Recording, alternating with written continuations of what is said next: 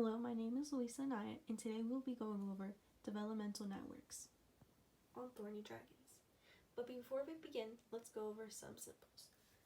As you can see right here, the arrow represents activation, while the T-like structure represents inhibition. Down below, we have a raw type. We have the letters here that represent the genes that then give us spikes in our thorny dragons.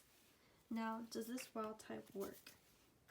So as you can see, the S activates the P, which then inhibits I from inhibiting I. This allows K to be activated. And then E is activated, thus giving us spikes. So yes, it does work. Now, if we were to have a mutation on the P, then the I will not be inhibited, then K will be inhibited and not producing E, thus not giving us spikes, so there will not be any spikes. Now, if we were to have a single mutation on the I right here,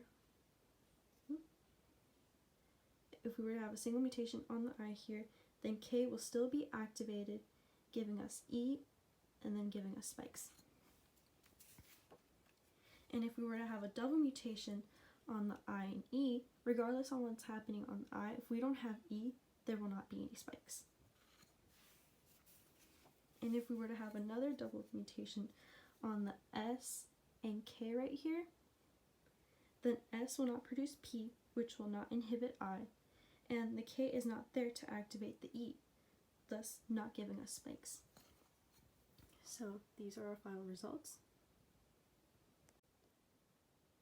As you can see, the thorny dragon has spikes on its dorsal side and not its ventral side. This can be credited to DNA methylation. DNA methylation is a type of epigenetics mechanism where a methyl group is added to adenine or cytosine that then inactivates DNA transcription. DNA transcription and translation is a highly conserved mechanism that is vital in controlling DNA replication. As you can see right here, we have little methyl groups on our DNA strand, and like we said earlier, these methyl groups attach to adenine and cytosine, and for this example, we're using cytosine. Cytosine then goes to DNA methyltransferase, which then produces S-methylcytosine, and then inhibits DNA transcription. This occurs on our ventral side of our thorny dragon, and this mechanism can be the cause as to why thorny dragons have spikes on its dorsal side and not on its ventral. Thorny dragons rely on spikes for protection, and for that reason, transcription and translation occurs on the dorsal side only. Thank you for watching.